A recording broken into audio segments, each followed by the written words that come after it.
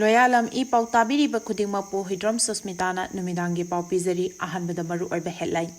November amadagi transaction khudingda OTP yaudaba yaroidori. Mandale muse lambi revalsing na paishinkre. Pre-nursery dagina class 12 fauba lemna mahitam hanaba thorang paikhatle haina MLA Syam Kumar na phangdokre. Pau sandona pizari. November amadagi transaction khudingda OTP yaudaba yaroidori. Telecom Regulatory Authority of India Trina nongna thokpa chatna kanglon amagi matung ina chahi asigi November amadagi transaction tawbada one time password OTP changlagani hari. Anoba kanglon asina pot delivery tawbagi thabakta online payment yauna atopa service sing dasu khudong chadaba khara mayok nagani hari. Nongna seniba tragi kanglon asida principal entities PED gi customer da thaba message track tawgani. Message track tawbagi kanglon asi chahi asigi November amadagi chana bahogani.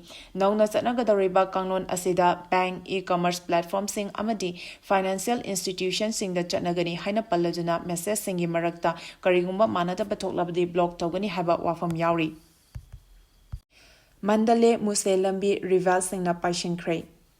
Myanmar gi sel thumgi yamna maru oiba mafam ama oiriba China yoba Mandale dagi muse taba lambi Myanmar gi lalhoba sing na paishinkre. Lo laitabagum tawning ba tawduna leiraba Myanmar gi awang thangba sarukta leiba Mandale dagi muse yobal kilometer chamriga marfu sangba national highway ahungi ayamba saruk pro democracy fighters sing na loshin kibani.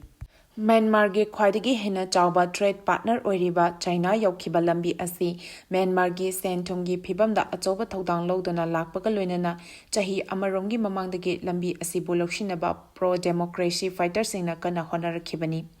Military junta nasu lambi asi lokhidanaba kana hotnabaga loinana haukiba chahi amaromsi lambi paring asida nakan anigi marakta akanba muknaba khuthokna duna lakhibani. Haukiba numit kharani asida lambi asigi ayamba saru revalsing na paishinba ngamkhibaga loinana lambi asida hana military junta na taromba thabaksing revalsing na tawba haure hari. China dagi puraktuna tongan ba mafamda yoliba potlamsing lambi asida purakpana lambi asi Myanmar lengaki sen laknabagi achoba lambi oirakhibani. Lambi asi pro democracy fighter revalsing na lokshin khiba asina maram oiduna sen thumgi phibamda shokhanbada natana Myanmar gi mayai thangba sarukta leriba military base sing dasu thabak lokhatpagi oithokpa leire. Pre-nursery dagina class 12 fawal lemna mahitam hanaba thorang paikhatle haina Syam Kumar na phongdokre.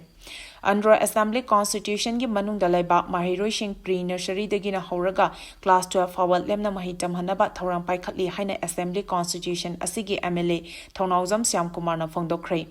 Wafam asi Andro Assembly Constitution gi manung chana laiba Moirang Purel Panam Higher Secondary School gi Foundation Day ga mari leinana ngarang dagi chatharakiba literary cultural program lotion bagi thoram da mahakna phongdokhibani. Thoram aduda MLA Thongnawjam Syam Kumar na haikibada COVID-19 laichat ki miyamna wanaringai amadi mahakna MLA famdagi disqualified oiduna leiringai matam asida mahiroi singi khalaga Moirang Purel Panam Higher Secondary School amadi Thambalno Higher Secondary School Andro ani asi sabaloi hauki. Hauzikti school animak lengang na loshinuna mapung faba lengaki school sing oiba ngamlei. Masigi madakta lupa crore chamriga marfu rom changna school asigi science amadi arts ki oiba tongan ba block ani sabagi thabak chathari. Hariba block ani asi mathang chahi gi academic session nangnaba lakliba December tha phawigi manungda sangaragani haiki. Amaromda hauzik thokliba kangluki irang asina maram oiraga wakhal leitadana leibigi mathakta naha kaya amana Manipur gi apunba saktam ngaknabagi damak chongthorakli. Asiguma matang asida tungi mirol semgatpa haiba asisu khwaidagi maru oiba amani. Pandam asida miyeng thamduna school asigi teaching amadi non teaching staff singda foundation day ga mari leinana mahiro singda ahenba loksing piriba asi thagatli haina MLA Syam Kumar na makhatana phongdokhi. Tumukhong Moirang Purel GP gi Pradhan N Biken amadi atai maru oiba miyoi kaya yauna pangthokiba thoram aduda school asigi mahiroi singna saruk yakhi. Kuki loop singna India Myanmar ngam khaida sambal khaba FMR chatna hankhidaba yaningde haina phongdorakli. Kuki Inpi Amasung Kuki Chip Association gi Maikedegi India Amasung Myanmar Ngamkai Paringda Sambal Khanaba Thorang Toriba Amadi Free Movement Regime FMR Chatna Hankidaba Center gi Khongthangbu Yaningdaba Fongdokladuna Masina Yalhomi Sengi Historical Right Culture Amasung Tradition da Akaiba Pigini Hari Urban Primary Health Center Yauna Paikhaliba Project Sing March Pawuda Lushilagani Haina RK Mona Fongdokre Urban Primary Health Center yauna tongan bagi project sing Sagoban Assembly Constitution gi manungda paikhatuna sangaba yabagi fibam da leire Project sing asi ayamba mathang chahi ki March phawagi manungda ayamba sinargani haina Sagolban ACG MLA RK Emotion na fongdokre Wafam asi mahana ngasi lining thau khamlang bagi sabal loraba G+2 multipurpose building ama sangabagi thorum da fongdokhibani MLA na makatara dona hai local committee sing na lekai da sothana leiriba low cost housing scheme da yahodaba imung manung singda fox piduna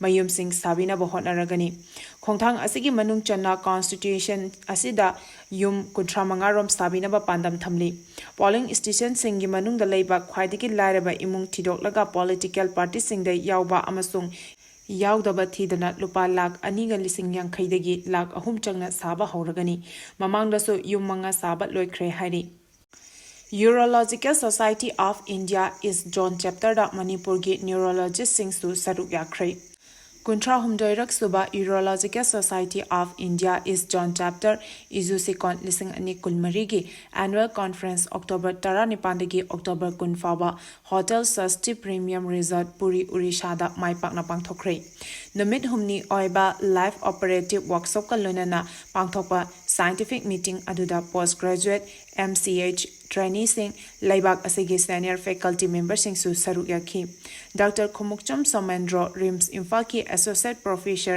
Department of Urology oibadanatana hauzik West Bengal Orissa Bihar Jharkhand Assam Manipur amasung atopa North Eastern state sing yawba East John chapter gi lising ani kulhumdai kunmanga gi honorary secretary oiri inaugural function aduda member of Lok Sabha Puri constituency ki Dr. Sambit Patrana chief guest Dr. Manas Ranjan Saha Vice Chancellor of Orissa University of Health Sciences Bhubaneswar Dr. Lalit Saha President USI Dr. Uttam Secretary USI amasung Dr. Amit Jose President Izusikon Dr. Khumukcham Somendro Secretary Izusi Amadi Local Organizing Committee members singna dignitaries ka loinana Manipur gi urologist sing Amadi RIMS ki postgraduate Mahiru Shingshu Sharuk Yakhi Hari Khunai asida pokpa dagina siba phawagi thoram singda yu yarak pasina liver nabagi chang wangkhalakle haina Suresh Kumar na fongdokre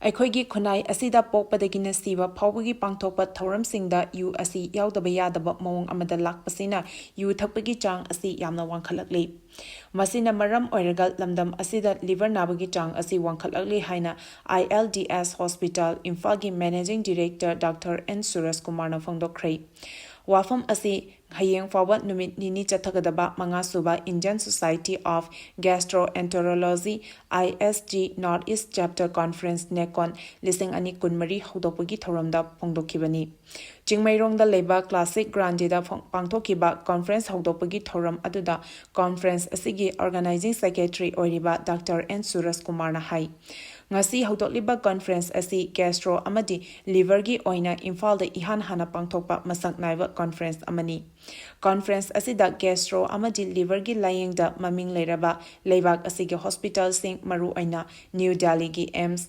Hyderabad gi AIG Hospital amadi Tata Memorial Center Mumbai gi faculty sing yauri North East leriba gastro amadi liver gi Dr. Chada Maudra Romsu conference asida saruk yakhi State asida liver nabagi chang wangkhalakliba asi maru oina yu sizinaba amadi hakchang hena noihanba asinam oiri nupa singdana yu na maram oiraga liver naba aduga nupi singdana masa noikhatpana liver nabagi achowa maram oiri Manipur da fast food ki masing ka hen hengalakpagana loinana fast food ki potlam sing chabagi wangkhalakpa nakal amaromdana exercise tobagi chang yamna nemba asinasu fatty liver ohenabagi achowa maramni hariba wafam sing asi khangna aikhoina liver nadanaba chekshinna laisi hainasu mahakna makatana phongdokhi ꯑꯔꯣꯏꯕꯗ ꯃꯔꯨꯑꯣꯏꯕ ꯄꯥꯎ ꯑꯃꯨꯛꯀ ꯍꯟꯅ ꯄꯤꯖꯔꯤ November ꯑꯃꯗꯒꯤ transaction ꯈꯨꯗꯤꯡꯗ OTP ꯌꯥꯎꯗꯕ ꯌꯥꯔꯣꯏꯗꯣꯔꯤ Mandalay ꯃꯨꯁꯦ ꯂꯝꯕꯤ ꯔꯤꯚꯥꯜꯁꯤꯡꯅ ꯄꯥꯏꯁꯤꯟꯈ꯭ꯔꯦ